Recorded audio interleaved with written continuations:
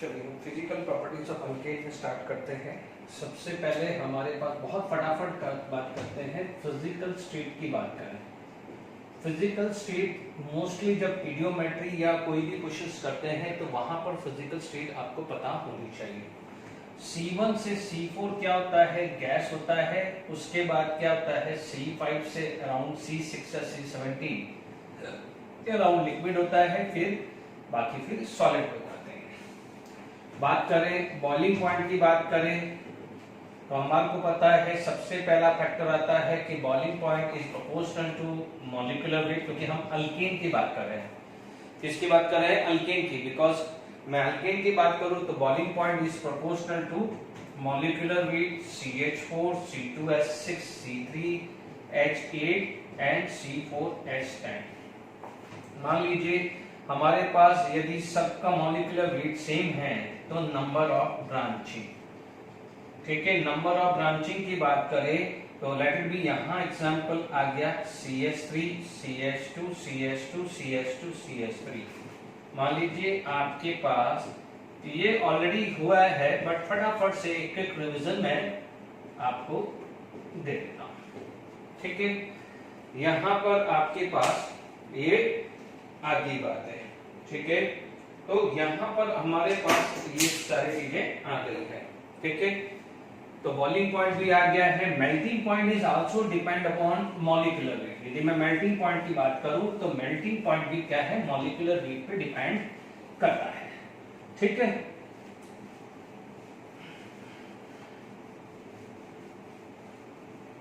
देखिए यदि मैं बात करूं मेल्टिंग पॉइंट की बात कर लूं, ठीक है, तो ध्यान दीजिएगा मेल्टिंग पॉइंट, यदि थर्ड बात करूं, melting point is also directly proportional to molecular weight. हालांकि यदि आयनिक कंपाउंड होता है तो melting point is directly proportional to lattice energy, but यहां पर तो कोई आयनिक कंपाउंड है नहीं, इसलिए it is depend upon the molecular wait.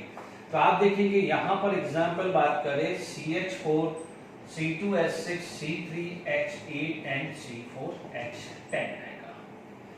मान लीजिए यहां पर ग्राफ आप बात करें, यदि मान लीजिए boiling point versus molecular weight का या नंबर ऑफ कार्बन, इसकी जगह नंबर ऑफ कार्बन भी आ सकता है।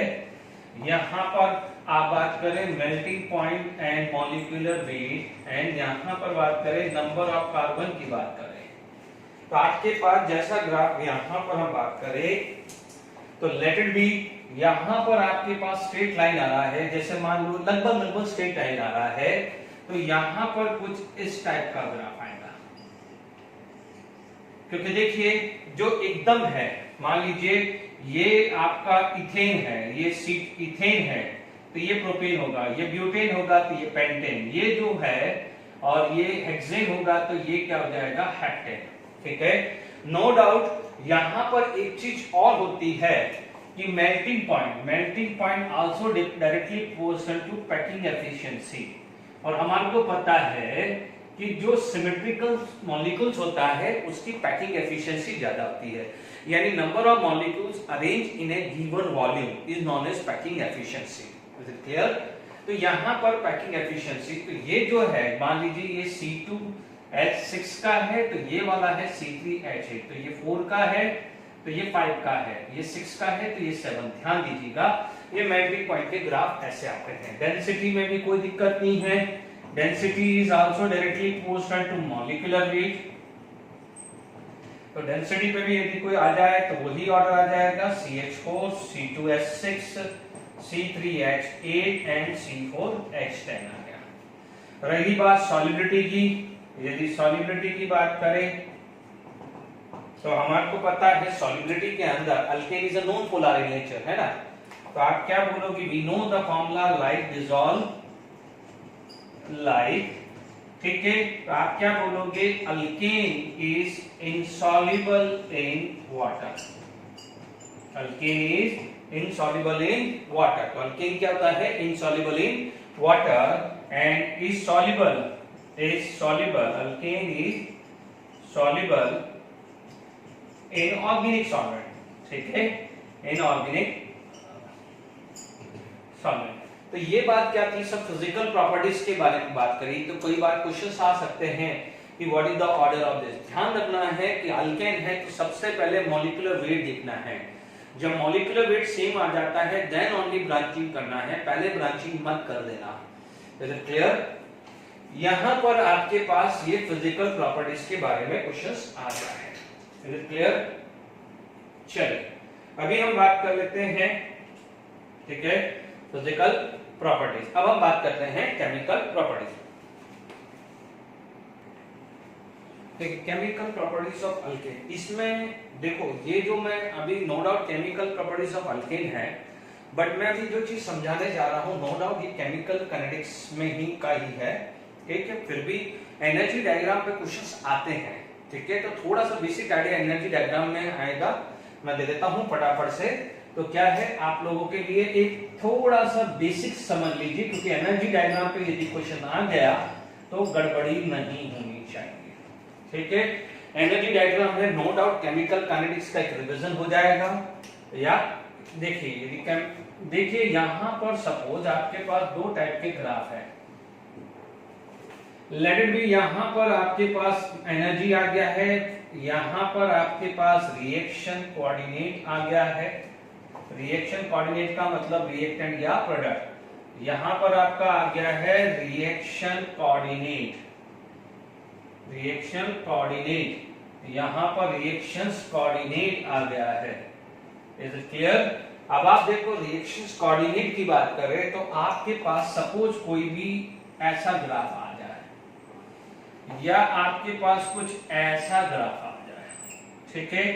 आप देखेंगे यहां पर हमने कई बार कैटलिस्ट में भी बात करी है और देखेंगे, तो लेट इट बी यहां पर मान लीजिए कोई रिएक्टेंट है, ये प्रोडक्ट में कन्वर्ट हो रहा है, ये रिएक्टेंट है, ये प्रोडक्ट में कन्वर्ट हो रहा है, ठीक है। थोड़ा सा मैं एक आइडिया दे देता हूं, ये एनर्जी आ गया है, क्योंकि आपको आगे ये काम आने वाले हैं, क्योंकि मैं हेलोजिनेशन में ये ग्राफिकल क्वेश्चंस आएंगे, हर जगह आएंगे ग्राफिकल, बट एक बार आपने समझ लिया तो हर बार फिर ये पूरा एक्सप्लेन करने की जरूरत नहीं पड़ेगी, ठीक है।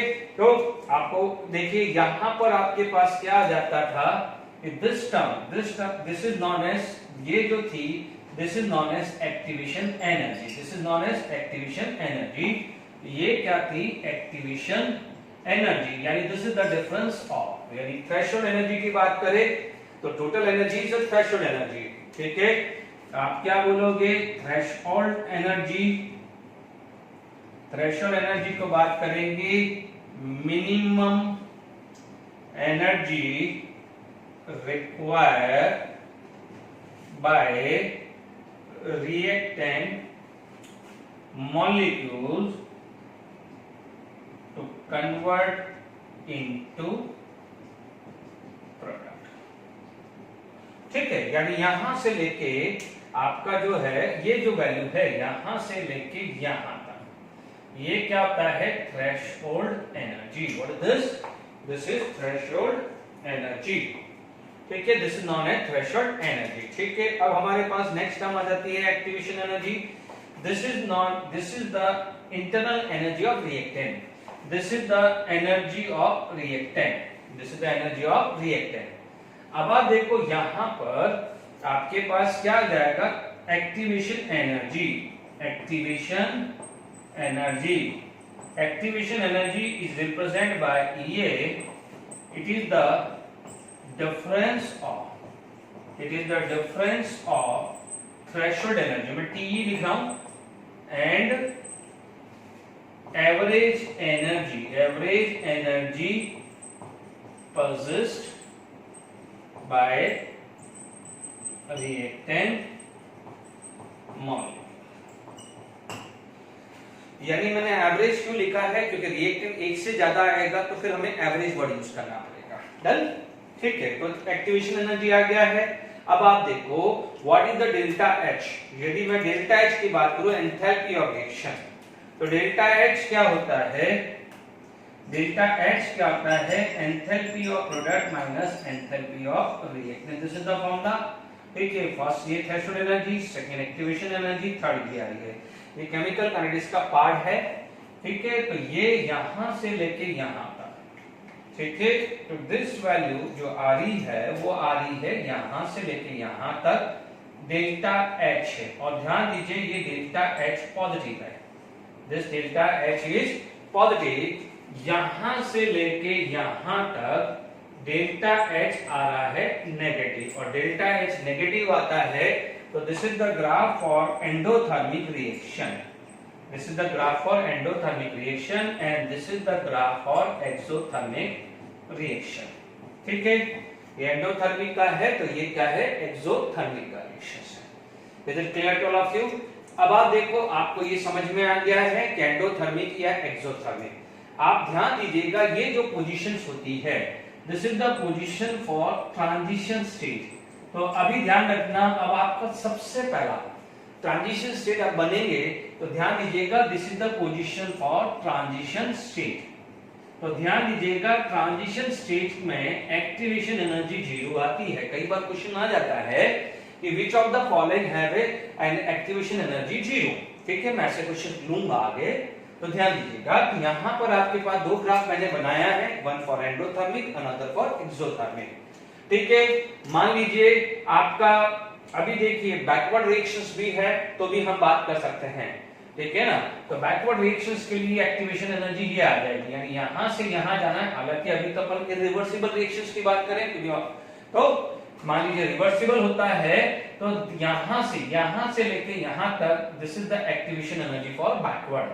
ठीक है, यहां से लेके यहां तक this is the activation energy for backward. Is it clear? ये फॉरवर्ड हो जाएगा तो ये क्या हो जाएगा, बैकवर्ड। ये फॉरवर्ड हो जाएगा तो ये क्या हो जाएगा, बैकवर्ड। ठीक है, this forward equal to this plus this. तो आप क्या बोलोगे कि यहां से यहां पर आया। देख लीजिए, यदि मान लीजिए ये तो क्या था, this is the graph for, ये जो हमने ग्राफ पढ़ा है, this is the graph for irreversible reaction. किसकी बात करी हमने, इरिवर्सिबल रिएक्शंस की बात करी है। ठीक है, अब मान लीजिए रिवर्सिबल होता, क्या होता, रिवर्सिबल होता, सपोज रिवर्सिबल होता तो आप देखेंगे, यदि ये डायग्राम बना दिया है तो अब आप देखो यहां पर मैं जरा कुछ करेक्शंस, कुछ नॉट करेक्शन, मान लीजिए मैं और कोई चीज ऐड कर रहा हूं। ठीक है, अब आप देखो इसको मान लीजिए यही चीज क्या हो जाएगा, फॉर रिवर्सिबल। यदि मेरे पास रिवर्सिबल होता तो ये ग्राफ में क्या ऐड हो जाता है, ये क्या होगा, फॉरवर्ड हो जाएगा। तो this is the activation energy for backward. देख लीजिए ना, यहां से लेके यहां तक रिएक्टेंट हो जाएगा। मान लीजिए बैकवर्ड के लिए तो ये रिएक्टेंट हो जाएगा ना, is the reactant for backward. तो ये क्या हो जाएगा, यहां से लेके यहां तक this is the energy possessed by P. ठीक है, तो this is considered as the activation energy for backward. अब आप देखो यहां से लेके यहां तक this is the activation energy backward. Is it clear? तो अब आप देखिए क्या रिलेशन आ गया है, activation energy for forward equal to this plus this, activation energy backward plus delta H. यहां पर क्या जाएगा, activation energy forward equal to backward minus delta H. ठीक है, ये ध्यान रखना। Is it clear? इधर ध्यान रखना, गलती से भी यहां पर मान लीजिए ये केमिकल काइनेटिक्स में भी आएंगे। ठीक है, तो ये चीज का ध्यान रखना है। वहां पर न्यूमेरिकल, केमिकल काइनेटिक्स में हम न्यूमेरिकल लेंगे। ठीक है, इस पे भी न्यूमेरिकल लेंगे, बट अभी यहाँ पर जरूरत नहीं है न्यूमेरिकल्स की, या फिर भी जरूरत नहीं है। पर ध्यान रखना, यहाँ पर मान लो डेल्टा एच -20 लिया है, सपोज यहाँ पर डेल्टा एच -20 दिया है, तो यहाँ -20 मत कर देना, क्योंकि -20 माइनस प्लस हो जाएगा तो क्या हुआ, एनर्जी ऑफ बैकवर्ड +20 आ जाएगा, बट फॉरवर्ड की बैकवर्ड से कम होती है। तो यहाँ पर सिर्फ मैग्नीट्यूड लेना, क्योंकि नेगेटिव साइन ऑलरेडी ले चुके हैं।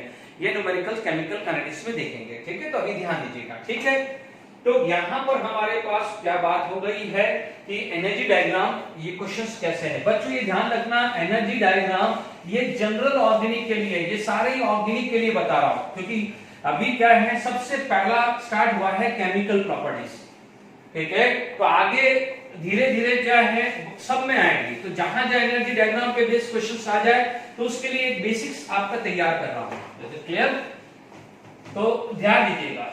अब मान लीजिए आपके पास सपोज कोई क्वेश्चंस आपके पास बन गए, या देखिए मान लीजिए आपके पास ऐसा कोई डायग्राम है। मान लीजिए आपके पास ये एनर्जी है, ये मान लीजिए रिएक्शंस कोऑर्डिनेट है, ठीक है, रिएक्शंस कोऑर्डिनेट है। थोड़ा सा देखिए टाइम लीजिएगा। यहां पर मान लीजिए मेरा कोई ग्राफ ऐसा बना, ठीक है, मान लीजिए मेरा कोई यहां पर ग्राफ कुछ ऐसा बना, ठीक है। मैंने यहां पर ये भी है, मान लीजिए मेरा रेट स्टार्टिंग है ए, यहां पर मान लीजिए ये बी मान लिया, ये सी मान लिया, ये डी मान लिया और ये ई मान लिया, ठीक है। अब आप देखेंगे पूछा जाए कि भाई एंडोथर्मी कौन सा है, which of the following is exothermic, किसका एक्टिवेशन एनर्जी ज्यादा है, किसका एक्टिवेशन एनर्जी कम है, कौन फॉरवर्ड है, कौन बैकवर्ड है। क्लियर? देखिए यहां पर प्लीज ध्यान दीजिएगा। अभी देखिए रिवर्सिबल के बारे में कुछ नहीं सोचना है, ध्यान रखिएगा, रिवर्सिबल के बारे में कुछ नहीं सोचना है, ठीक है। अब आप देखो ए का ये होगा, यहां से लेके ये एक्टिवेशन एनर्जी आई, यहां से लेके यहां तक एक activation energy I. Is it clear? तो अब आप देखिए यहां पर यदि मान लीजिए कोई, इसको मैं क्वेश्चन ही बना देता हूं, सपोज ये क्वेश्चन ही बना देता हूं, ठीक है। आपसे पूछा जाए तो आप देखेंगे ए से बी और ए से सी, यदि मैं एक्टिवेशन एनर्जी ए से बी की बात करूं और एक्टिवेशन एनर्जी ए से सी की बात करूं, तो no doubt activation energy for A to C is more. Is it clear to all of you? A से सी क्या हो जाएगा? मोर आ जाएगा। Is it clear? अब आप देखिए यहां पर आपसे पूछा जाए एंडोथर्मी कौन सा है, एक्सोथर्मिक। ध्यान दीजिएगा यहां पर product is more than reactant, product is more than reactant. यहां पर क्या है? Reactant is more than product, reactant is more than product. तो ये वाला क्या है, ए से जो बी है उसका डेल्टा एच क्या है? नेगेटिव, और ए से सी है उसका डेल्टा एच क्या आएगा? पॉजिटिव। चेक कर लीजिए, चेक कर लीजिए। यहां पर प्रोडक्ट का कम है तो क्या हुआ? नेगेटिव आएगा। यहां पर प्रोडक्ट का ज्यादा है तो क्या है? पॉजिटिव आएगा। चेक कर लीजिए। तो ये क्या हो जाएगा? एक्सोथर्मिक, और ये क्या हो जाएगा? एंडोथर्मिक। ठीक है, तो थोड़ा सा मैं आपको, नो डाउट ये एल्केन की केमिकल प्रॉपर्टीज पे नहीं है, बट एक बेसिक दे रहा हूं, तो आगे जो भी इससे एनर्जी डायग्राम से रिलेटेड क्वेश्चंस आए तो आप इजीली कर पाए, तो इसलिए थोड़ी सी प्रैक्टिस करवा रहा हूं। देखिए यहां तक भी क्लियर हो गया। मान लीजिए स्लोअर है तो एक्टिवेशन एनर्जी कम किसकी है? इसकी एक्टिवेशन एनर्जी कम है, तो जिसकी एक्टिवेशन एनर्जी कम होती है, सॉरी जिसकी एक्टिवेशन एनर्जी कम होती है तो वो फास्ट होगा। तो ये वाला रिएक्शंस क्या हो जाएगा? फास्ट। तो ये वाला रिएक्शंस क्या हो जाएगा? Slow. Why slow? Because activation energy is higher. Why fast? Because activation energy is less. ठीक है, तो मान लीजिए एंडोथर्मिक पूछे या एक्सोथर्मिक पूछे, एक्टिवेशन एनर्जी हायर किसकी, लोअर किसकी है, रिएक्शन कौन सी फास्ट है, कौन सी स्लो है, धीरे धीरे आइडिया आ रहा है कि नहीं आ रहा है? अब मान लीजिए आपसे पूछा जाए कि डी एंड ई क्या है, तो आप बोलोगे D and E are transition state, not intermediate, these are transition state, these are the transition state। और यदि इनकी एक्टिवेशन एनर्जी पूछे तो इनकी एक्टिवेशन एनर्जी क्या है? जीरो, क्योंकि यहां पर तो एक्टिवेशन एनर्जी जीरो ही है ना। तो ध्यान दीजिएगा, तो ये बहुत अच्छा क्वेश्चन है, जो आगे क्वेश्चन आने वाले हैं तो उसके बेसिस पे थोड़ा सा मैंने तैयार कर दिया है। Is it clear? मान लीजिए अब आपके पास क्या है, 2 स्टेप रिएक्शंस है, या 3 स्टेप रिएक्शन है, या 4 स्टेप रिएक्शंस, ठीक है। और आपको कई बार ऐसा भी होगा कि पता कैसे चलेगा कि सर हमें कितनी स्टेप रिएक्शंस है। बच्चों ये आपको ध्यान रखना है, और ये भी ध्यान रखना है कि जो स्लो स्टेप होता है वो रेट डिटरमाइनिंग स्टेप होता है, ठीक है। स्लो स्टेप क्या है? रेट डिटरमाइनिंग स्टेप होता है। तो यहां मान लीजिए एनर्जी डायग्राम फॉर 2 स्टेप, 3 भी हो सकता है, 4 भी हो सकता है, 5 भी हो सकता है, तो कोई दिक्कत नहीं। मान लीजिए वापस से मैंने यहां पर डायग्राम लिया, एनर्जी ले लिया, यहां मैंने लिया है रिएक्शन कोऑर्डिनेट। क्या लिया है? रिएक्शन कोऑर्डिनेट लिया है। Is it clear? यहां पर रिएक्शंस कोऑर्डिनेट लिया है, मान लीजिए हमारे पास इस टाइप का ग्राफ आया है, कुछ भी आ सकता है ना, ये कम ये ज्यादा जो भी है वो कुछ भी आ सकता है, तो इसलिए ऐसा कोई वरी मत रहिए। ध्यान दीजिएगा यहां पर आपका जो पॉइंट है, लेट इट बी, ये दे दिया ए, ये बी, ये सी, ये डी और ये ई दे दिया, ठीक है। तो आप ध्यान रखना है आपके पास जितने पीक है, नंबर ऑफ पीक, यानी ये पीक होता है उतनी स्टेप रिएक्शंस होती है। तो आप ध्यान रखना number off peak indicate number of step, यानी आपसे बोलेगा कि ये कितनी स्टेप रिएक्शन है, तो आप बोलोगे 1 and 2 मान लीजिए और 3, 4, 5, तो जितने पीक होंगे उतनी स्टेप रिएक्शन होगी। तो number off peak indicate number of step, ठीक है। तो अब आप देखिए यहां पर आपके पास क्या आ जाएगा, फर्स्ट स्टेप कौन सी हुई, तो आप बोलोगे फर्स्ट स्टेप ए से क्या गई है सी, सेकंड स्टेप क्या बोला है, तो सेकंड स्टेप क्या जाएगा सी से ई गया है, ठीक है। सेकंड स्टेप क्या गया है, सी से ई गया है, इज इट क्लियर। अब आप देखो यहां पर जो भी है एक्टिवेशन एनर्जी आया, तो this is the activation energy for first step and this is the activation energy for second step, ठीक है, activation energy for second step, is it clear. अब आप देखिए यहां पर ध्यान दीजिएगा, ये आपका रिएक्टेंट है और ये आपका फाइनल प्रोडक्ट है, तो व्हाट इज द सी, तो आप ध्यान दीजिएगा C is a intermediate, C is a intermediate, C क्या है, इंटरमीडिएट है, दिस इज इंटरमीडिएट है, सी क्या है, इंटरमीडिएट है, and B and D are transition state. धीरे धीरे जब आगे बढ़ोगे ऑर्गेनिक के अंदर तो क्या ट्रांजिशन होती है, इंटरमीडिएट। इंटरमीडिएट तो पड़ा हुआ है carbocation, carbanion, carbon free radical, carbene nitrate, carbene nitrate आगे आएगा, तो दीज आर द इंटरमीडिएट। और ट्रांजिशन स्टेट आगे आएगी जहां पर एक फेज आएगी जहां पर अनस्टेबल होगा, धीरे धीरे सीख जाओगे कि ट्रांजिशन स्टेट कब कहते हैं, तो ध्यान दीजिएगा B and D is a transition state. ध्यान रखना इंटरमीडिएट की एक्टिवेशन एनर्जी होती है, ध्यान दीजिए ये इंटरमीडिएट है तो उसकी एक्टिवेशन एनर्जी है, is it clear.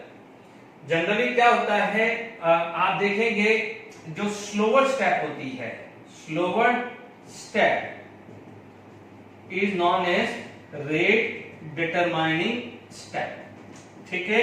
Rate determining step कौन सी होती है, स्लोअर स्टेप। और स्लोअर स्टेप कौन सी होती है, जिसकी एक्टिवेशन एनर्जी हाई होती है, जिसकी एक्टिवेशन एनर्जी क्या होती है, हाई। क्योंकि ग्राफिकली कोई क्वेश्चन दे दे और आपसे पूछेगा विच स्टेप इज अ मतलब रेट डिटरमाइनिंग स्टेप, तो यहां से कुछ डायग्राम दिख रहा है कि EA1 is greater than EA2, ठीक है।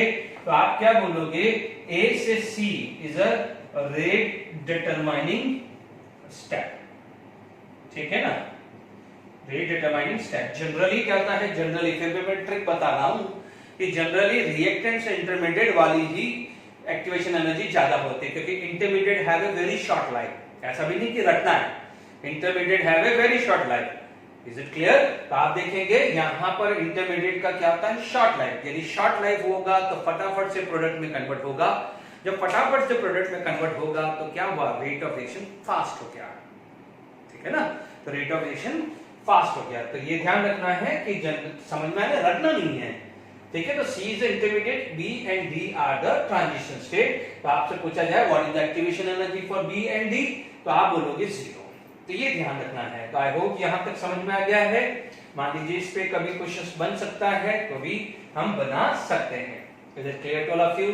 जैसे मान लीजिए और आगे डायग्राम बना दिया, आपसे पूछ लिया कि कौन कौन से इंटरमीडिएट है, कौन ट्रांजिशन स्टेज है, किसकी एक्टिवेशन एनर्जी हायर है, कौन कौन रेट डिटरमाइनिंग स्टेप है। तो आई होप क्लियर हो जाएगा।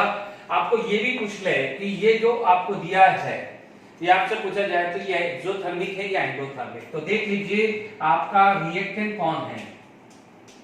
आपका जो रिएक्टेंट है वो ये है, ये ए रिएक्टेंट है और ये ई प्रोडक्ट है। तो ये जो डेल्टा H आ रहा है ये आ रहा है पॉजिटिव। तो जब पॉजिटिव आता है तो उसे क्या बोलते हैं, एंडोथर्मिक रिएक्शन। तो दिस इज एंडोथर्मिक रिएक्शन। तो आई होप आपको आइडिया लग गया होगा कि हमारे को यदि एनर्जी डायग्राम से रिलेटेड क्वेश्चंस आ जाए तो ध्यान दीजिए, जो पीक के टॉप पे हैं वो होते हैं ट्रांजिशन स्टेट, ठीक है। फर्स्ट वाला होता है रिएक्टेंट और लास्ट वाला होता है प्रोडक्ट, और बीच में जो भी आएंगे बॉटम पे, these are considered as intermediate. Intermediate कौन कौन से होते हैं? Carbocation, carbon and carbon free radical. तो आप समझ में आ गया कि why E82 is less, because this is transition intermediate, can have a very short life। तो इस फटाफट से वो यहाँ कन्वर्ट होगा। जब ये फास्ट होगा तो this should be less। Is it clear? तो this is considered as a rate determining step, ठीक है।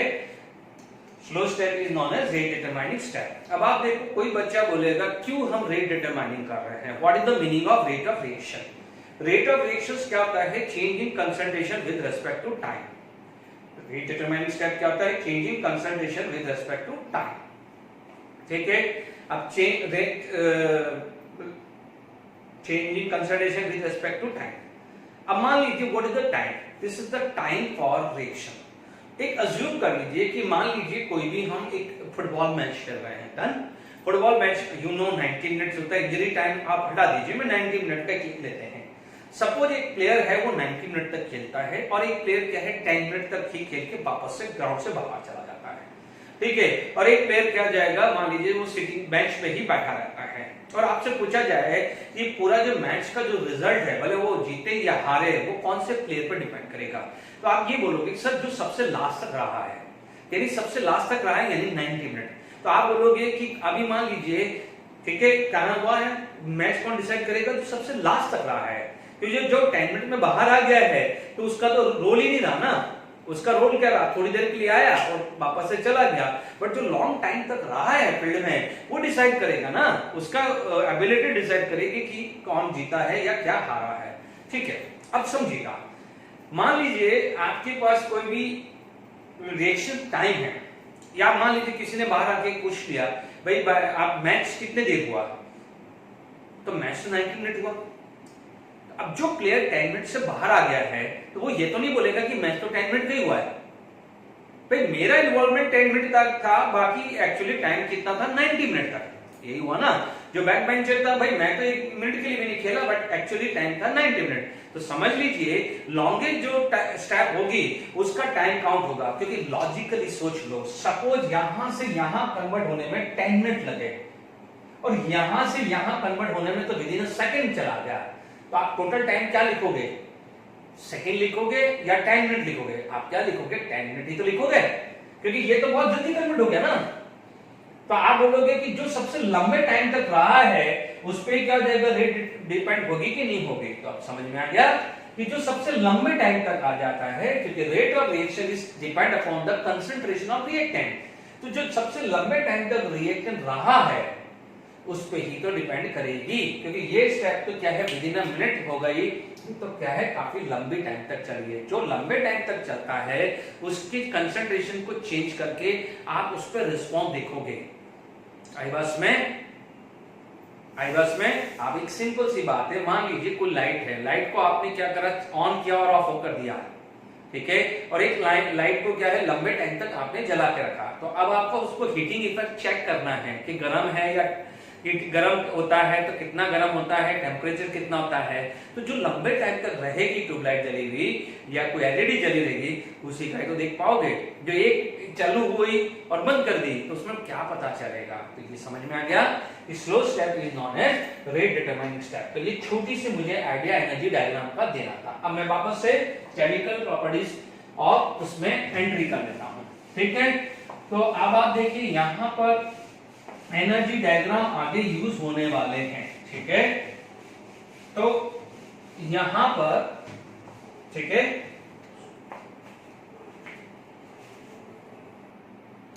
देखिए हेलोजिनेशन, केमिकल प्रॉपर्टीज में अल्केन, आप ध्यान रखना कि जो डायग्राम हमने पढ़ा है उसका मैं यूज लूंगा, इसकी कंसेप्ट लूंगा, तो आप ध्यान रखिएगा, ठीक है। सबसे पहले हम हेलोजिनेशन की बात करें तो देखिए सिंपल सा केस है कि मान लीजिए CH4 plus halogen are going to be form CH3X। तो this X can be fluorine, chlorine, bromine या आयोडीन। एक सिंपल सा एक लॉजिक है।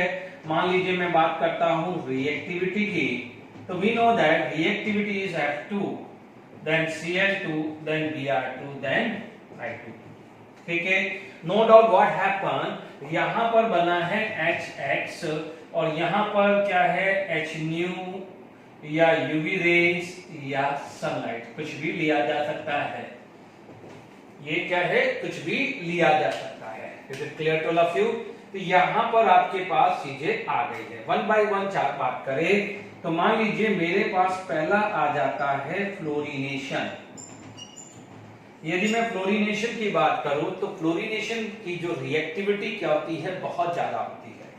तो जब मैं यहां पर CH को प्लस फ्लोरीन करके मेरे को CH3F प्लस HF बनाना है तो make sure it should be at a dark place because this is the exothermic process. So during this process the reactivity is very high, the delta H would be very high। तो इसके लिए यहाँ पर आपको dark रखना पड़ता है। ठीक है, आप मान लीजिए क्लोरीनेशन या ब्रोमिनेशन आप कर रहे हो, सेकेंड में आप मान लीजिए क्लोरीनेशन या ब्रोमिनेशन कर रहे हो, क्लोरीनेशन या ब्रोमिनेशन कर रहे हो। देखिए इसके अंदर आपके पास क्या आता है कि CH4 प्लस Cl2 और Br2 in presence of sunlight या यूवी रे, या देखो बच्चों इन तीनों में से कुछ भी दिया होगा, ये मत समझिएगा कुछ भी दे सकता है। It is going to be form CH3Cl और CH3Br, बाय प्रोडक्ट यहाँ HCl आ जाएगा, तो यहाँ बाय प्रोडक्ट क्या हो जाएगा, HBr। Is it clear? तो यहाँ पर आपके पास ये चीज आ गई है। मान लीजिए यहाँ पर आयोडीनेशन की बात करें तो वी नो दैट ये क्या हो जाता है, ये काफी स्टेबल होता है। हमने रिएक्शंस पढ़ा था अल्काइल हैलाइड या अल्काइल आयोडाइड विद HI, तो instead of alkyl iodide it will strongly favour to remain as I2 because this is more stable.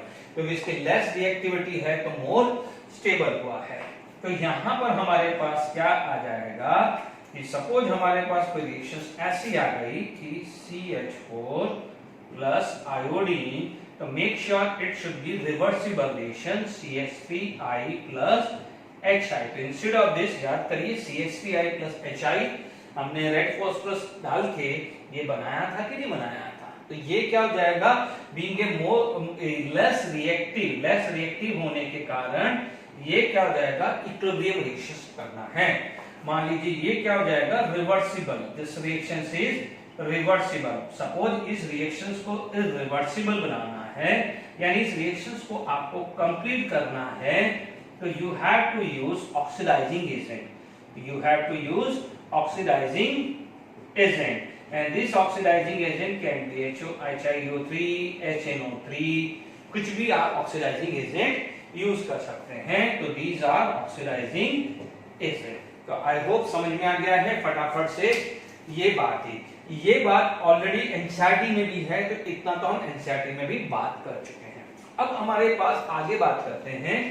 देखिए यदि इस हेलोजिनेशन के अंदर बात करें, सबसे ज्यादा इंपॉर्टेंट यदि यहां पर बात करें तो हेलोजिनेशन है, इस पे सबसे ज्यादा क्वेश्चंस आते हैं। Is it clear to all of you? Halogenation देखिए यहां पर मैं बता रहा हूं कि मैं अल्केन, अब आपको धीरे धीरे समझ में आ जाएगा कि अल्केन के अंदर भी इतने सारे क्वेश्चंस बन जाते हैं रिगार्डिंग द एनेंटियोमर ऑप्टिकल आइसोमर। तो जनरली अल्केन को ऑप्टिकल आइसोमर के बाद क्यों लिया जाता है, तो आई होप आप धीरे धीरे समझ में आ जाएगा। ठीक है, अब आप देखिए मान लीजिए मैं क्लोरीनेशन में मैकेनिज्म बता रहा हूं क्लोरीनेशन का, तो सेम फॉर द ब्रोमिनेशन। ठीक है, आप देखेंगे यहां पर बात करें मैकेनिज्म ऑफ क्लोरीनेशन। यदि मैं मैकेनिज्म ऑफ क्लोरीनेशन की बात करूं, ठीक है, या पहले रिएक्शंस कर लेते हैं, वन बाय वन पहले बात कर लेते हैं। दूसरी चीज इसको छोड़ो, पहले रिएक्शन लिखते हैं फिर मैकेनिज्म बात करेंगे। डन? हमारे पास क्या आया कि मान लीजिए CH4 प्लस Cl, ठीक है, मान लीजिए सनलाइट लिया, तो आपको क्या मिला, CH3Cl माइनस HCl। फर्दर आपने क्लोरीनेशन सनलाइट किया, आपको मिला CH2Cl2, CHCl3 and finally CCl4। यहाँ पर क्लोरीन, यहाँ क्लोरीन, ठीक है। यहाँ पर आपने क्या ले लिया है, सनलाइट, यहाँ सनलाइट या यूवी रे, यहां ले लिया सनलाइट या UV ray minus HCl minus HCl minus HCl। ठीक है, तो आपको क्या मिलेगा? यदि मान लीजिए क्लोरीन मैंने एक्सेस में लिया, क्लोरीन एक्सेस में लिया, तो you will get the mixture of this plus this plus this plus this, इसका मिक्सचर मिलेगा। ठीक है, सपोज मान लीजिए मेरे को यहां पर इसको बनाना है एक्सेस, इसको एक्सेस बनाना है मिथाइल क्लोराइड, तो मैं क्या करूंगा? यहां सनलाइट लिया, नो डाउट यहां HCl बना, तो मेक श्योर यहां पर मुझे जब ये चीज को मेजर बनाना है, if I want this should be a major product, तो यहां पर मुझे इसको एक्सेस लेना पड़ेगा। Is it clear to all of you? ठीक है, इसको क्या लेना पड़ेगा? एक्सेस लेना पड़ेगा। तो बात समझ में आ गई कि नहीं आ गई? ठीक है, अब आप देखो क्लोरीनेशन, देखो क्लोरीनेशन की बात करें,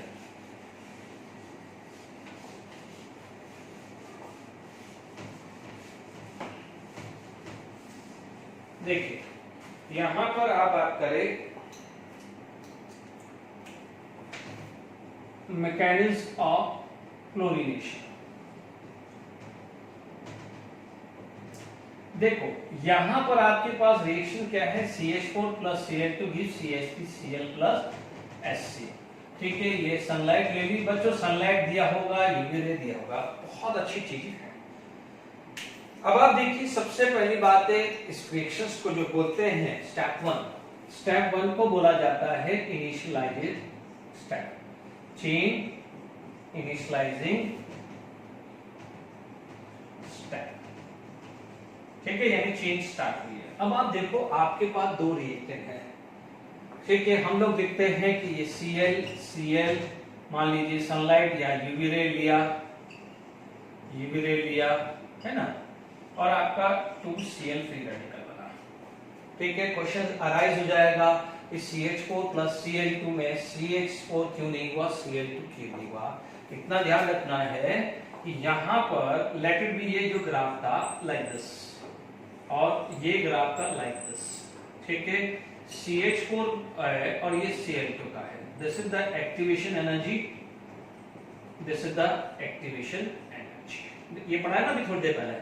अब आप देखो ग्राफ का डायग्राम क्या आया है, अब आप देखो activation energy of chlorine is less than activation energy of CH4। तो जो जिसकी एक्टिवेशन एनर्जी कम होगी वो जल्दी टूट जाएगा ना, क्योंकि आपके पास क्या हो जाएगा, ये इन दोनों का कोई एवरेज एनर्जी है, तो एक्टिवेशन एनर्जी यानी आप देख लीजिए कि दोनों को मिलजुल के ग्राफ ऐसा बन रहा है, मान लीजिए ऐसा है, ये क्लोरीन का है तो ये CH4 का है, तो आप देखोगे यहां से यहां जल्दी अचीव करेगा, यहां से यहां थोड़ा टाइम लगेगा, क्योंकि एक्टिवेशन एनर्जी दे कौन रहा है, काइनेटिक एनर्जी। काइनेटिक एनर्जी बढ़ा कौन रहा है, टेम्परेचर। मान लीजिए रूम टेम्परेचर से धीरे धीरे आपने टेम्परेचर लेके गए, ठीक है, तो मान लीजिए 200 पे जाके काइनेटिक एनर्जी, मान लीजिए 200 पे काइनेटिक एनर्जी यहां पहुंच गई, ये टूट जाएगा। 200 पे काइनेटिक एनर्जी ये यहां पहुंची तो CH4 नहीं टूटेगा। तो ये कंसेप्चुअल क्वेश्चन है कि क्लोरीन ही क्यों टूटा, CH4 क्यों नहीं टूटा, आ सकता है ना क्वेश्चन। आप बोलोगे because activation energy of chlorine is less than activation energy of CH4। कोई रटने वाली बात नहीं, कंसेप्चुअली। तो ये समझ में आएगा कि एनर्जी डायग्राम पहले क्यों समझाया, और आपको आइडिया लग जाएगा, क्योंकि एक्टिवेशन एनर्जी जिसकी कम होगी वो रिएक्शन फास्ट होगी। ठीक है, तो अब आपके पास ये रिएक्शंस आ गई है। स्टेप 2, स्टेप 2 को बोला जाता है चेन प्रोपोगेटिंग स्टेप। स्टेप क्या बोला जाता है, चेन प्रोपोगेटिंग स्टेप, यानी चल रही है, रिएक्शन चल रही है। बहुत इंटरेस्टिंग चीज है इसमें भी। ठीक है, आप चाहो तो देखो Cl फ्री रेडिकल बन गया है, यानी this can behave as an initiator. अब आप देखो यहां पर सबसे पहले क्या आएगा, CH4 plus Cl free radical are going to be formed CH3Cl plus H free radical। ठीक है, CH3Cl, नो गलत लिख दिया मैंने, देखिए मैंने गलत लिख दिया है, अभी मैं समझा भी दूंगा। अभी मैंने लिख दिया है, इनोसेंटली मैंने लिख दिया है, बट इसका मीनिंग भी समझा दूंगा मैं। ठीक है, देखिए CH4 plus Cl CH3 plus HCl। ठीक है, अब आप देखो इसके अंदर सेकंड स्टेप क्या होगा, CH3 free radical plus Cl2। ठीक है ना, तो वापस से ये क्या हो जाएगा, CH3Cl plus Cl free radical. Is it clear to all of you? आपके पास दोनों स्टेप क्लियर हो गया है, डन। ठीक है, अब आप देखिए यहां पर हमारे पास ये वाला केस मैं बात करूं क्योंकि मैंने लिख लिया था। कोई बच्चा ये बोलेगा कि sir CH4 plus Cl free radical, तो क्वेश्चन आ सकता है। देखिए मैं इसका रीजन दे रहा हूं, मैं बिना घटाए बात नहीं कर रहा हूं। नो डाउट मैंने ये कराया हुआ है, बट अब मैं क्या है, बिल्कुल उस समय तक आपने उतनी जीओसी नहीं पढ़ी थी, वो जीओसी कुछ नहीं पढ़ा था। अब तो क्या है, काफी चीज पढ़ चुके हैं, तो अब आपको समझना और आसान है। अब आप देखो दो चांसेस है, या तो ये बन जाए लाइक दिस, या ये भी तो बन सकता है कि सर CH3Cl बन जाए और H फ्री रेडिकल बन जाए। दोनों है ना, हम इसको ट्रिक क्यों कर रहे हैं, हम इसको क्यों नहीं कर रहे हैं, है ना। देखो ना यहाँ पर आप बोलोगे कि सर Cl H को ही तोड़ के ले जा रहा है तो CH3 फ्री रेडिकल बन रहा है, तो हो सकता है Cl free radical direct carbon पे लगे और उसके साथ बॉन्ड बनाए और H फ्री रेडिकल बाहर हो जाए। दोनों ही चांसेस है ना।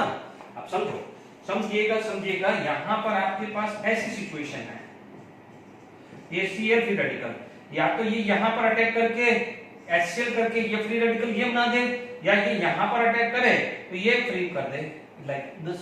Is it clear? अब आप देखो दिस इज, यदि मैं स्टेबिलिटी की बात करूं, फ्री रेडिकल की स्टेबिलिटी की बात करूं, तो आपको पता है कि CH3 free radical is more stable then this. तो बीइंग ए मोर स्टेबल यानी ये ज्यादा स्टेबल होता है, इसीलिए इसके चांसेस ज्यादा होता है। क्योंकि हमने हमेशा पढ़ा है कि जो फॉर्म जितना स्टेबल होगा उसको इस फॉर्म में कन्वर्ट होने में बहुत कम समय लगता है। क्लियर? तो इसीलिए हम क्या लिखते हैं कि rate of reactions is directly proportional to stability of intermediate, यानी इसको ये कन्वर्ट होने में या इसको ये कन्वर्ट होने में तो कौन फास्ट होगा, दिस इज मोर स्टेबल, तो this conversion would be very fast, और we can say this conversion require very less amount of energy. पढ़ा हुआ है ना सब। तो अब आपको ये भी एक्सप्लेनेशन दे दिया, ये भी एक्सप्लेनेशन दे दिया कि इन दोनों में से ये क्यों टूटा, क्योंकि इसकी एक्टिवेशन एनर्जी कम थी। जब ये रिएक्शंस हुई तो ये क्यों बना, ये क्यों नहीं बना, उसका भी मैंने रीजन आपको दे दिया है। ठीक है, आई होप समझ में आ रहा होगा धीरे धीरे। ठीक है, अब बच्चों एक चीज का ध्यान रखना है, इस पे क्वेश्चन जैसे जैसे बन रहे हैं बना रहा हूं। अब आप देखिए यहाँ पर, यदि मैं यहाँ पर बात करूं, अब तो ये बन गया CH3Cl तो बन गया, अब बचा कुचा है। तो कई बार क्या हो जाएगा, बचा कुचा यदि कोई सब्जी वेजिटेबल घर में बच गई है तो हम उसका क्या करते हैं, सारी वेजिटेबल को मिक्स कर लेते हैं। क्या करते हैं, मिक्स कर देते हैं, या तो मिक्स वेज बना देंगे या भाजी बना देंगे पाव भाजी के लिए, उसे बोलेंगे चेन टर्मिनेटिंग स्टेप। यानी बचा कुचा क्या है, Cl फ्री रेडिकल बचा है, CH3 फ्री रेडिकल बचा कुचा है। ठीक है, तो क्या क्या बचा हुआ है, ये Cl बचे कुचे हैं, तो ये Cl2 बना देंगे, ये Cl2 वापस यूज हो जाएगा। हो सकता है ये भी हो जाए, तो आपको क्या बन जाएगा, स्मॉल अमाउंट का क्या है, ये भी बन जाए, ये चीज सब माइनर है ना, ये भी हो सकता है, ये CH3Cl, तो ये और इसमें जुड़ जाएगा। देखो R तीन बनेगा ना, रूट रिएक्शन के बाद तो अब तक ये कंपोजिशन समझ में आ गया है। अब आप देखो all are unstable, all are free radical, तो ये क्या ऑल आर फ्री रेडिकल है। ठीक है, ये क्या है बच्चों, फ्री रेडिकल्स है। ठीक है, तो फ्री रेडिकल्स के अंदर इनकी वेरी शॉर्ट लाइफ है, दोनों ही फ्री रेडिकल है, वेरी शॉर्ट लाइफ। यहां भी फ्री रेडिकल था, बट एक क्या था, मॉलिक्यूलर फॉर्म था। यहाँ पर क्या है, एक फ्री रेडिकल था बट एक मॉलिक्यूलर फॉर्म था। यहाँ पर एक फ्री रेडिकल है तो एक मॉलिक्यूलर फॉर्म है, तो यहाँ तो दोनों ही फ्री रेडिकल है, ध्यान रखना। तो यहाँ पर देखिएगा, आप गड़बड़ी मत करना, जो मैं चीज समझाना चाह रहा हूँ डेफिनेटली 101% श्योर हूं कि आपके दिमाग में घूमने वाला है, और आप जो मैं बोलेंगे उसके बाद ही आएगा, अरे ये कैसे है, आप बताना मुझे अपने आप की, भाई सर आया कि नहीं। यहां पर मोस्टली तो इसकी बात आएगी, ध्यान रखना, यहां पर एक्टिवेशन एनर्जी 0 आएगी। एकदम क्लिक हो गया, सर कैसे, सर ये तो फ्री रेडिकल है, ये भी फ्री रेडिकल है, आपने तो अभी बोला कि फ्री रेडिकल इंटरमीडिएट होता है, मैंने मना नहीं किया है बच्चों। एक्टिवेशन एनर्जी मतलब रटने वाली बात नहीं है। एक्टिवेशन एनर्जी 0 किसकी होती है, जो सिचुएशन बिल्कुल अनस्टेबल होती है। तो तो आप देखो ये फ्री रेडिकल, ये भी फ्री रेडिकल, दोनों फ्री रेडिकल है, तो you can imagine how much unstable situation. यहां देखिए ये CH4 से ये आया है तो ये बना है, ठीक है, तो ये सिचुएशन फिर आगे गई है, तो this is considered as intermediate. तो ये इंटरमीडिएट भले फ्री रेडिकल है, ये फ्री रेडिकल है, बट दोनों ही फ्री रेडिकल है। तो आप इमेजिन करके समझ सकते हो कि कितनी अनस्टेबल सिचुएशन है। ये फ्री रेडिकल था बट ये मॉलिक्यूलर फॉर्म था, तो इसको बॉन्ड तोड़ने में थोड़ा टाइम लगेगा, जबकि ये फ्री रेडिकल दोनों ही अनस्टेबल है, टाइम लगेगा ही नहीं और फटाफट से प्रोडक्ट बनेगा। Very very important question, very very important question. यहां क्वेश्चन घूमेगा और ऐसा क्वेश्चन आया हुआ है, इसलिए मैं ये बात कर रहा हूं कि CH3 free radical, CH3 free radical का एक्टिवेशन एनर्जी क्वेश्चन दे दिया। मैंने कहा एक स्टेप ये दे दी, एक स्टेप ये दे दी, एक स्टेप ये दे दी। क्वेश्चन तो मैं अभी बना देता हूं कि this into this, this into this, this into this and this into this, in which of the following activation energy is 0। ठीक है, आगे बस में एक्टिवेशन एनर्जी 0 क्यों है वो मैंने जेन्युइन रीजन दिया है। अब आप देखो यहां पर हमारे पास ये सारा मैकेनिज्म भी बता दिया, तो इससे एक चीज क्लियर हो गया है कि यहां पर आपको एक फ्री रेडिकल मिलता है। क्या मिलता है? Free radical. और आपको मैंने हमेशा समझाया है it start from the GOC.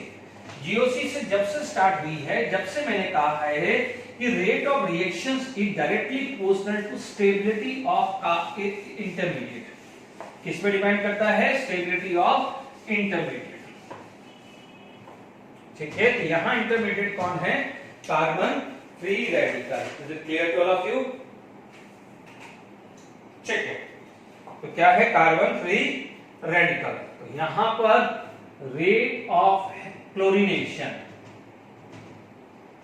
या halogenation bromination is directly proportional to stability of carbon free radical। ठीक है, ये चीज समझ में आ गई कि नहीं आ गई? इस पे बहुत सारे क्वेश्चन पड़े हैं। ठीक है,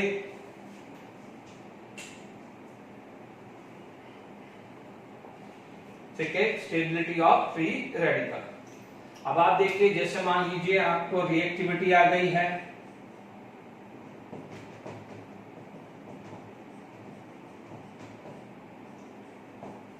ठीक है, मान लीजिए यहां पर पीएच, फिनाइल, इस फिनाइल की जगह पीएच लिख रहा हूं, ट्वाइस CH 2 PHCH3 टॉल्यूम। ठीक है, मान लीजिए यहां पर मैंने ये ले लिया because this is going to be allylic carbon. ठीक है, इसके बाद में 3 डिग्री 2 डिग्री, मान लीजिए 3 degree, then 2 degree, then 1 degree, then methane. फिर उसके बाद भले बेंजीन विनाइल ले सकते हो, या तो खैर होता ही नहीं, या तो होता ही नहीं, ये तो आप इसको बात सोचना भी मत। ठीक है, आप देख सकते हो ये कार्बन फ्री रेडिकल बनेगा तो क्या हो जाएगा? This free radical have a conjugation with all this 3। ये कार्बन फ्री रेडिकल होगा तो can have a conjugation with 2 benzene ring, here the conjugation with 1 benzene ring, here the conjugation with this pi bond, whereas this carbon have a hyperconjugation, this can have a hyperconjugation, this can have a hyperconjugation and it is general case। और यहाँ तो क्या होता ही नहीं है, तो इसको हटा ही दीजिए, सबसे बढ़िया। तो कल को यहाँ पर हेलोजिनेशंस का क्वेश्चन आ जाए तो आप ये भी कर सकते हैं। Is it clear to all of you? अब देखिए यहाँ पर हमारे पास बात हुई है, ठीक है, स्टेबिलिटी की बात हुई है। एक मिनट थोड़ा सा साफ कर दिया जाए। तो हमने बात कर ली है, अब हो गया है। देखिए, अब देखिए यहाँ पर अपन ने बात कर ली थी रिएक्टिविटी ऑर्डर। यदि मैं हाइड्रोजन की बात करूं, रिएक्टिविटी ऑफ हाइड्रोजन की बात करूं, यानी रिएक्टिविटी ऑफ हाइड्रोजन बात करूं, तो हमने क्या पढ़ा हुआ है? 3 degree hydrogen, then 2 degree hydrogen and 1 degree hydrogen. This is the order of reactivity. Done? अच्छा, एक चीज ध्यान रखना है, कभी पढ़ रहे हो तो एक होता है इनिशिएटर, ठीक है। इनिशिएटर कई बार क्या हो जाएगा, पेरोक्साइड आप यूज कर सकते हो, Na2O2 इज ए इनिशिएटर, क्योंकि फ्री रेडिकल मैकेनिज्म है ना। क्योंकि आप देखेंगे कि ROR यदि HNu या यूवी रे होगा तो क्या होगा, ये यूवी रे भी हो सकता है, तो आपको क्या मिलेगा, RO फ्री रेडिकल। तो this can act as a initiator, कहीं जस्ट फॉर इंफॉर्मेशन, कहीं पूछेगा नहीं, जस्ट फॉर द इंफॉर्मेशन, ठीक है। मान लीजिए कई बार इनहिबिटर पूछ ले, इनहिबिटर पूछ ले, ठीक है। इनहिबिटर को हम क्या बोलते हैं, पॉइजन, यानी जो रिएक्शंस को रोकते हैं। जैसे मान लीजिए अभी अपन ने क्या पढ़ा था, CH3 फ्री रेडिकल पढ़ा था ना, CH3 फ्री रेडिकल मैकेनिज्म में। तो ध्यान दीजिएगा यहाँ पर R फ्री रेडिकल, यदि आपने इसके अंदर ऑक्सीजन डाल दिया तो ये क्या करेगा, R फ्री रेडिकल को Cl2 पे अटैक करने के बजाय क्या करेगा, अपने पे अटैक करवा देगा, क्योंकि इसके अंदर क्या है, पाई बॉन्ड, इसके अंदर क्या है, पाई बॉन्ड। तो ये अपने पे अटैक करा देगा, तो जो काम है वो तो गड़बड़ कर दिया ना, इसलिए तो क्या हो जाएगा, this will retard the reaction, क्या करेगा, रिटार्ड द रिएक्शन। क्योंकि होना क्या चाहिए था कि R free radical should be attack and going to be form ये होना चाहिए था, ठीक है ना, ये होना चाहिए था ना, ठीक है। तो ये होना चाहिए था, तो बट उसकी बजाय क्या हुआ, ऑक्सीजन डाल गया, तो आपको क्या मिला, ये बन गया है, तो ये वेस्ट हुआ कि नहीं हुआ। So that's why this is oxygen can act as a poison, ठीक है, this can act as a poison, ठीक है, ओके। चलिए यहां तक आपके पास क्लियर हो गया है, ठीक है। तो ये यहां पर चलो इसको रैंडम में यही पॉइंट लिख देता हूं। थर्ड पॉइंट जो सबसे इंपॉर्टेंट है, जो याद रखना है, क्वेश्चंस बनेगा, आप देखिए हमने क्या पढ़ा है कि CH4 plus Cl free radical, ये CH3 फ्री रेडिकल बना और HCl। तो याद रखिए हमारे पास एक ग्राफ यदि मैं प्लॉट करूं, मेरे पास ऐसा कुछ ग्राफ आएगा, मान लीजिए मैंने ये ऐसा अज्यूम किया, ठीक है। तो ये जाके ऐसा बनेगा और फिर ये जो चीज है ऐसा कुछ बनेगा, फाइनली CH3Cl बनेगा कि नहीं बनेगा। तो इट क्लियर, यानी this CH3 free radical combined with Cl2, this combined with Cl2, तो कुछ इस टाइप का बनना चाहिए, क्लियर। अब आप देखो ये CH4 से क्या बन रहा है, CH3 फ्री रेडिकल, तो ध्यान दीजिएगा इसे बोला जाता है रेट डिटरमाइनिंग स्टेप, ठीक है, यानी ये सबसे स्लोवेस्ट स्टेप होती है, ठीक है ना। तो पहला वाला जो है आप नोट कर देना, Cl2 को तोड़ा है, Cl2 को क्या करा है, तोड़ा है, तो this is known as endothermic, purely endothermic है। और जो सबसे लास्ट वाली थी यानी chain terminating free radical, R free radical, R free radical, यानी Cl फ्री रेडिकल, Cl2 बना, CH3 free radical, CH3 free radical, तो वो सब में क्या है, R free radical, R free radical, R dash R dash R R dash, तो वो बन रहा है, नया बन रहा है। तो वो जो थर्ड वाली स्टेप है वो प्योरली एक्सोथर्मिक होती है, फर्स्ट टूट रहा है तो प्योरली एंडोथर्मिक होती है, जो बीच वाली है वो एक्सो एंडो डिपेंड करता है, इज इट क्लियर। तो कभी क्वेश्चन आ जाए तो वो भी ध्यान रखना है, तो ध्यान दीजिएगा ये होती है रेट डिटरमाइनिंग स्टेप। फिर भी आप मान लीजिए भूल गए तो आप देखोगे ये अल्केन है तो उसका इंटरमीडिएट CH3 तो होगा, तो आपको बोलोगे ये रिएक्टेंट है तो उसका इंटरमीडिएट ये होगा। यदि आपको Cl वाले में गड़बड़ी लग रही है तो आप ऐसे याद रखो, देखिए ऐसे याद रखो, आपका क्या है ये रिएक्टेंट, ये आपका क्या है प्रोडक्ट, ये क्या आ जाएगा इंटरमीडिएट आएगा, एंड इंटरमीडिएट इस प्रोसेस के अंदर कौन बनता है, फ्री रेडिकल। तो याद रखना कि यहां से यहां तक जो है यानी रिएक्टेंट से जो इंटरमीडिएट वाली है वो होती है स्लोअर स्टेप, समझाई थी ना अभी थोड़ी देर पहले, तो आप समझ में आ गया कि एनर्जी डायग्राम क्यों जरूरी था। ये क्या है, स्लोअर स्टेप है, and slower step is known as rate determining step. I hope समझ में आ गया है, रेट डिटरमाइनिंग स्टेप से भी क्वेश्चंस आ जाए तो आपको कैसे वर्क करना है, ठीक है। तो यहाँ पर हमारे पास क्वेश्चंस आ गए हैं। अब आप देखिए, अब हमारे पास कुछ हायर अल्केन पे बात करें, ठीक है, बहुत अच्छा टॉपिक है, ठीक है। यदि मैं हायर अल्केन के बारे में बात करूं, क्वेश्चंस बन जाए, ठीक है। मान लीजिए हमारे पास आ गया है halogenation of higher alkane, halogenation of higher alkane, higher alkane का हेलोजिनेशन करना है, ठीक है। आप देखेंगे यहां पर एक वर्ड आएगा रिएक्टिविटी फैक्टर, ठीक है। और रिएक्टिविटी फैक्टर यदि मैं क्लोरीनेशन की बात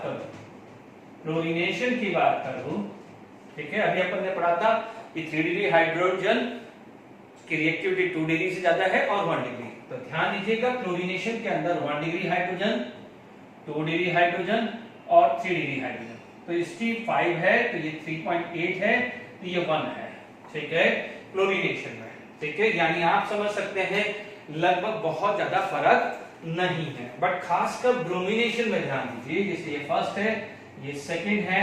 ब्रोमिनेशन की बात करें तो ब्रोमिनेशन के अंदर यदि मैं बात करूं तो 1 degree hydrogen, 2 degree hydrogen and 3 degree hydrogen की बात करूं तो ये 1 है, ये 82 है, तो ये लगभग 1600 है।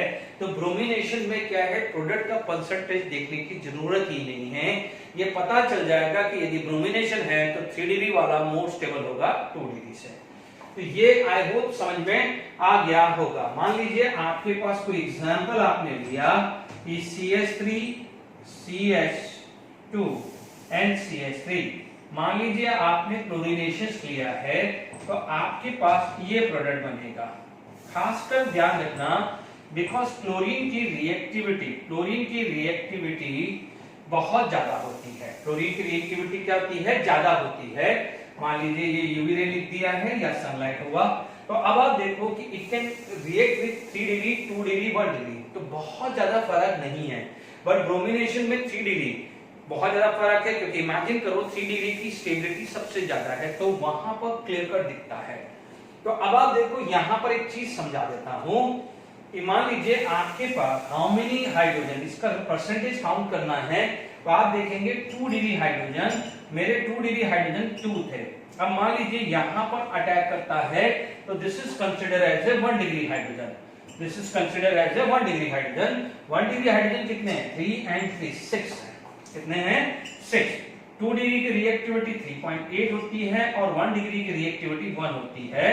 तो ये कितना हो गया है, 6 आ गया, ठीक है।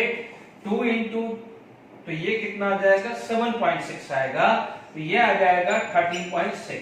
तो इसका परसेंटेज पूछा जाए तो 7.6 डिवाइडेड बाय 13.6 इंटू 100 कर दीजिए, ठीक है। इसका परसेंटेज पूछा तो 6 बाय 13.6 इंटू 100 कर दीजिए। Is it clear?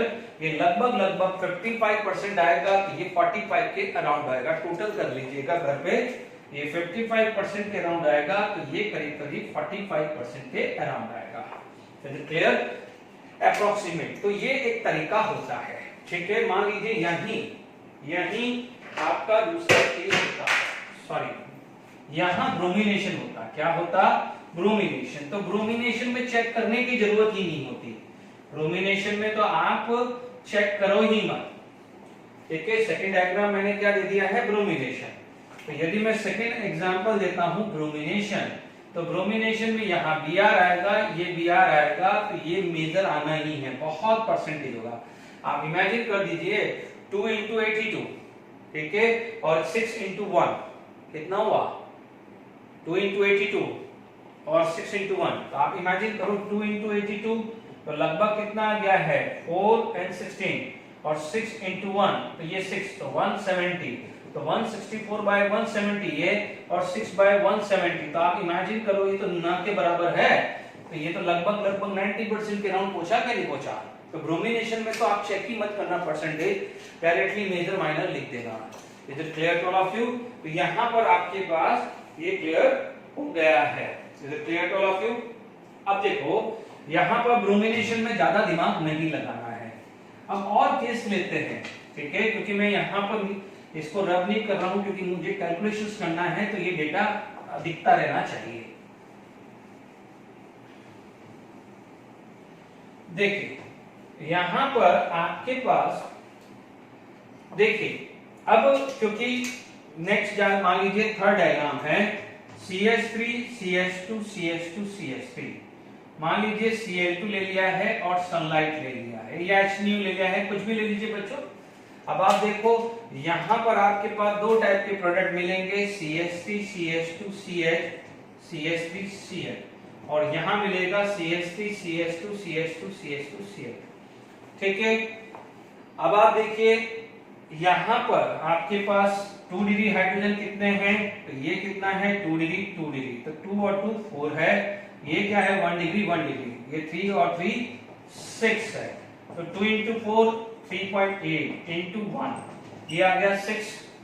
अब आप देखो 4 into 8 ये कितना हो जाएगा 32, 4 3 जा 12, ये आ जाएगा 15.2 आ जाएगा, तो it is going to be 21.2, तो 15.2 डिवाइडेड बाय 21.2 into 100, ये परसेंटेज, इसका परसेंटेज आ गया 6/21.2 into 100। देखो बच्चों थोड़ी देर के लिए 15/20 कर देता हूं, क्या कर देता हूं 15/20, तो 5 3 जा कितना होता है 5 3 जा 15 और 5 4 जा 20, तो ये लगभग क्या हो जाता है, ये 72% के राउंड आता है और ये आ जाता है 28%। तो ये क्या हो जाएगा मेजर हो जाएगा, हमारे को कैलकुलेशंस करना पड़ता है। ठीक है, अब आप देखो ब्रोमिनेशन में, इसके बाद ब्रोमिनेशन यहाँ Br कर देना, Br कर देना, इधर क्लियर, तो ब्रोमिनेशन में तो ढूंढने की जरूरत नहीं है। कोई बच्चा बोलेगा कि सर आप तो टाइम पास ही कर रहे हो, यहाँ पर तो 2 डिग्री, तो वैसे ही आप बोल रहे हैं कि 2 degree is major then 1 degree, तो अब आप देखो मैं आपको एक केस और बताता हूँ। चलो ब्रोमिनेशन का लिख देना, ब्रोमिनेशन में यहाँ Br ये Br, तो मैं क्या है वो केस समझा देता हूँ। ठीक है, तो ब्रोमिनेशन वाला आप लिख लीजिएगा, मैंने नहीं लिखा है तो आप यहाँ पर लिख लीजिए। मान लीजिए आपके पास एक केस ऐसा आ गया है, ठीक है, CH3 CH3H CH3 और यहाँ Cl2H ले लिया है, आपके पास प्रोडक्ट ये आ गया है, एक तो ये आ गया है और एक प्रोडक्ट आपके पास ये आ गया है।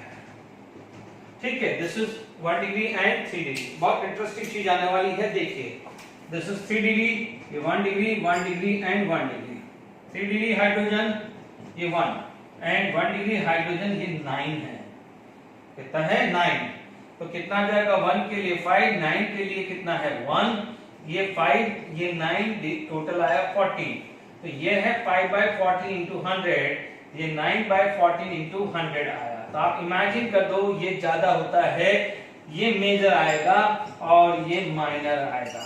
देखिए तो ऐसा नहीं है क्लोरीनेशन में आप ये डालेंगे कि 3 डिग्री वाला ही मेजर आएगा, हाँ ब्रोमिनेशन होगा तो 3 डिग्री 2 डिग्री में से 3 डिग्री आएगा, 2 डिग्री 1 डिग्री में से 2 डिग्री, वो ऑलवेज आएगा क्योंकि डिफरेंस बहुत ज्यादा है, जबकि क्लोरीनेशन में ऐसा नहीं है। ठीक है, ये लगभग कितना आ जाएगा 5/40, तो ये क्या है 30% के अराउंड आएगा और ये क्या है 70% के अराउंड आएगा। कैलकुलेशंस कर लेना, इट इज अप्रोक्सीमेट 30% ले लेना, ये अप्रोक्सीमेट 70% ले लीजिएगा। आई होप आपको ये चीज समझ में आ गई होगी। Is it clear to all of you? Okay, reactivity of hydrogen भी हमारा क्लियर हो गया है। अब देखिए यहां पर इस टाइप के क्वेश्चंस कैसे कैसे बनेंगे, ब्रोमिनेशंस क्लोरीनेशंस के लिए रिएक्टिविटी समझा दिया है। ठीक है, अब आप देखिए यहां पर एक क्वेश्चंस, अच्छे क्वेश्चंस बताता हूं। ठीक है, उसके बाद आपका ये हेलोजिनेशन पार्ट खत्म हो गया है। ठीक है,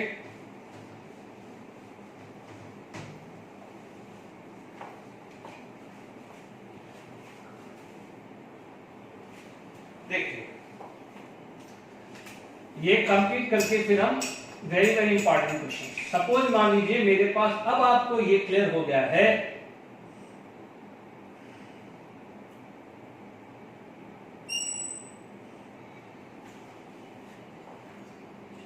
मान लीजिए अब आप ये चीज तो क्लियर हो गई है।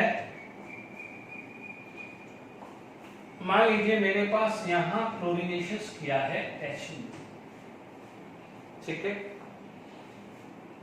तो आपके पास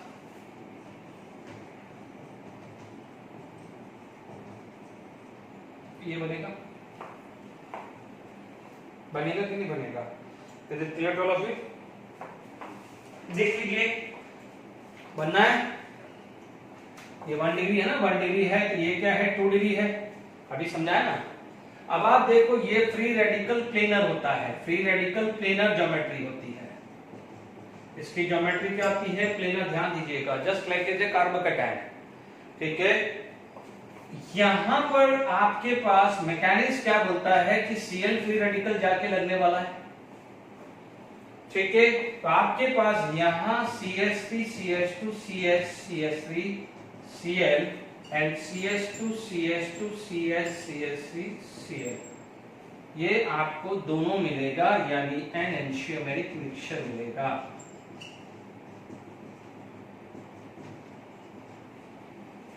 यानी रसमिक मिक्सचर, वेरी इंपॉर्टेंट, कहीं पूछ ले तो ध्यान रखना, ठीक है। इसको एन एंशियोमेरिक मिक्सचर बनेगा। आप देखेंगे कि आप बोलोगे ये क्या होगा सर, आप देखोगे this is the planar geometry, ठीक है। आपका ये CH2 CH3 है, एक H है, एक CH3 है, और आपका ये स्ट्रक्चर S आ गया है, ठीक है। ये प्लेनर ज्योमेट्री है, free radical. Now the Cl can attack this side and even Cl can attack from back side. यदि ये D फॉर्म होगा तो बैक साइड से क्या होगा, L फॉर्म, ठीक है। आपके पास ये तीन स्ट्रक्चर कंफर्म है, ये आपके पास तीन स्ट्रक्चर कंफर्म है, ठीक। बच्चों थोड़ा टाइम का ध्यान रखना, नहीं तो चीजें रह जाएगी। ये है, ये प्लेनर ज्योमेट्री आ गई, CH2 CH3 CH3 और H free radical. Now the Cl can attack and Cl can attack. यदि ये बैक साइड है तो जो ज्योमेट्री यदि ये R है तो R ही रहने वाली है, और यदि ये यहां से अटैक होगा तो जो R है तो उसका उल्टा क्या हो जाएगा, S हो जाएगा। तो ये मिक्सचर बनेगा, दिमाग खुल जाना चाहिए। Is it clear to all of you? तो जब भी यहां पर आपके पास फ्री रेडिकल बना है तो this is going to be a racemic mixture. तो अब आपको समझ में आ जाना चाहिए। जो बच्चे मेंस एडवांस नीट की तैयारी कर रहे हैं तो अच्छे से ये प्रोफाइल को देख लीजिए। अब आप देखो, मैं इसमें ही सडनली एक मॉडिफिकेशन कर लेता हूं, ठीक है। अब मान लीजिए दूसरा क्वेश्चन है, फिर हम इसको वाइंड अप करेंगे, बाकी जो टॉपिक है हम नेक्स्ट क्लास में लेंगे। मान लीजिए क्वेश्चन 2 है, मैंने यहां पर एक Br लगा दिया और एक HU लगा दिया, ठीक है। यहां पर ऐसा था, ऐसे ही था कुछ, यहां पर एक हाइड्रोजन था और हाइड्रोजन ऐसा था। तो आप समझ लीजिए कि ये एक हाइड्रोजन ये लग के Cl लगा होगा, तो दूसरे केस में ये हाइड्रोजन लग के Cl लगा होगा। तो वैसा भी समझ लो ना, भाई ये लगा होगा तो फ्रंट साइड जाएगा, ये लगा होगा तो क्या है, बैक साइड जाएगा। बिल्कुल सिंपल डायग्राम है। अब आप देखिए, जब आपके पास ये चीज आ गई है, ठीक है, आपके पास ये चीज आ गई है तो देखिएगा बहुत अच्छी चीजें हैं, ठीक है। अब आप देखिएगा इसका कॉन्फ़िगरेशन कुछ ना कुछ होगा। इसका कॉन्फ़िगरेशन या तो R होगा या S होगा, क्योंकि ये क्या है, ये भी कायरल कार्बन है ना। देख लीजिए ये कायरल कार्बन है कि नहीं, is it chiral carbon, yes it is chiral carbon. तो ये क्या है, आपका कायरल कार्बन है, ठीक है। तो इसका कोई कॉन्फ़िगरेशन होगा, R मान लीजिए या S मान लीजिए।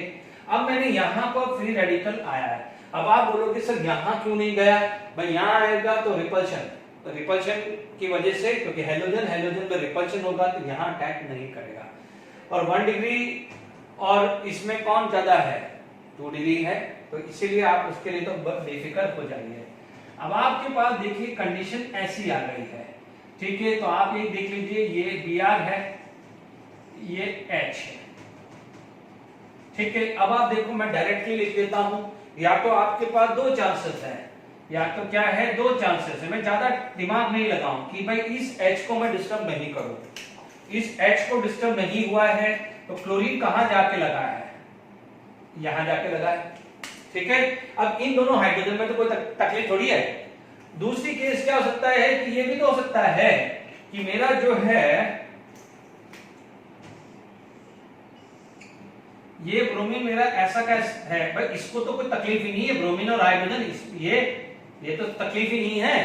तो अब आप क्या हो जाएगा कि मेरा जो हाइड्रोजन है वो ऐसा है, तो मेरा जो क्लोरीन है वो क्या हो जाएगा, ऐसा आ जाएगा। ज्यादा दिमाग नहीं लगाना है, ऐसे ही हुआ।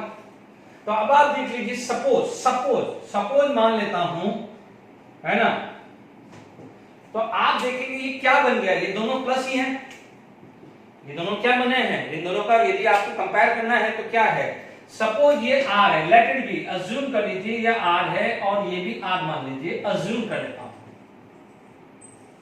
इसका तो कोई कॉन्फ़िगरेशन नहीं चेंज हुआ, तो ये R का रहेगा, तो नो चेंज इन कॉन्फ़िगरेशन।